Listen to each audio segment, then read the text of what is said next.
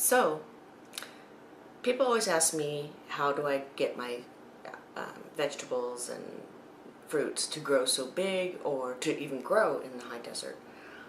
The importance of fertilizer tea, I cannot stress any more than this. I've read a lot about it. I've read some places that say, oh, fertilizer tea doesn't have any effect, that there's no research, blah, blah, blah, blah, blah. Well, that's okay. I believe in it, and so does my garden, and it shows. So this segment is about fertilizer tea.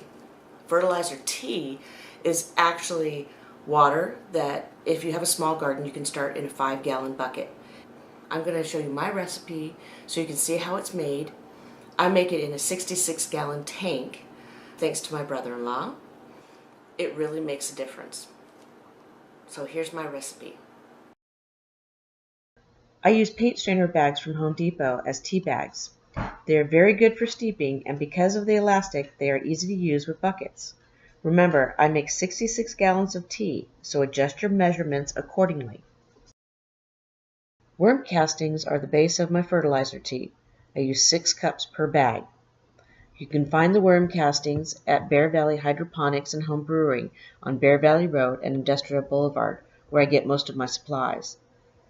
The people there are really helpful, and I can get in and out fairly quickly. I use a standard glass measuring cup and loosely fill with heaping scoops. Bat guano is the next ingredient, and it supports the creation of good microbes. There are many types of bat guano out there, and each one is supposed to support a different stage of growth for your plants. Look at the back of the bag or check the manufacturer's website for information on when to use each one. No matter which one you use, you will get great results. None of them will harm your garden. I use about half a cup. For the remainder of the ingredients, I use this handy-dandy plastic measuring cup I found at the hydroponics store. They have a lot of good stuff like this. And here's my little helper for today. This is Foxy. She's just checking to make sure everything is in order. Azomite, my next addition, is a form of trace minerals that are found naturally in good soil. As your garden grows, these trace minerals in the soil are depleted. Azomite, or rock dust, replenishes the minerals and makes for a happy, healthy soil.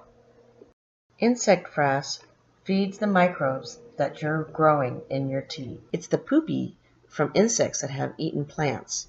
Totally organic and a high-quality soil additive. Bone meal is great for everything, but the best ingredient is calcium, which we are sadly in need of in the high desert. If your tomatoes have a habit of cracking, lack of calcium is most likely the cause. In another video, I'll show you another great way to get calcium straight to your tomatoes. Alfalfa is the final addition to my tea bag. The microbes we are creating need something to eat, and alfalfa is the food. Now I just gather the elastic top of each bag and tie it in a knot. Next, we're on our way out to the garden. I tie a long string on each of the knots, then hang them in the tank. A very important step to mention is the priming of the water. Whether you use 5-gallon buckets or a tank like I do, you must have aeration run through it for 24 to 48 hours before you use it. This cleans it of chlorine, which must be done in order for the microbes to survive. I use a simple air pump and a clear 1/4 inch hose from a pet store. On the end of each hose is an air stone that makes tiny bubbles, just like in a fish tank. The bags hang midway in the tank above the air stones. This way, I still have full movement of the water, just like sipping tea. On a side note, if you don't have the constant movement of the water, you will attract mosquitoes by the millions.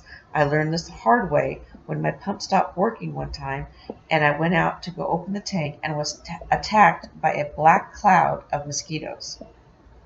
Super yuck. My final step is to give the tank a little boost. The emerging microbes need something to get them started, and molasses is the best treat for them. I mix it with water before putting it in the tank so that it doesn't just sink to the bottom. Now we just wait 3 to 4 days and we'll have a tasty treat for our plants.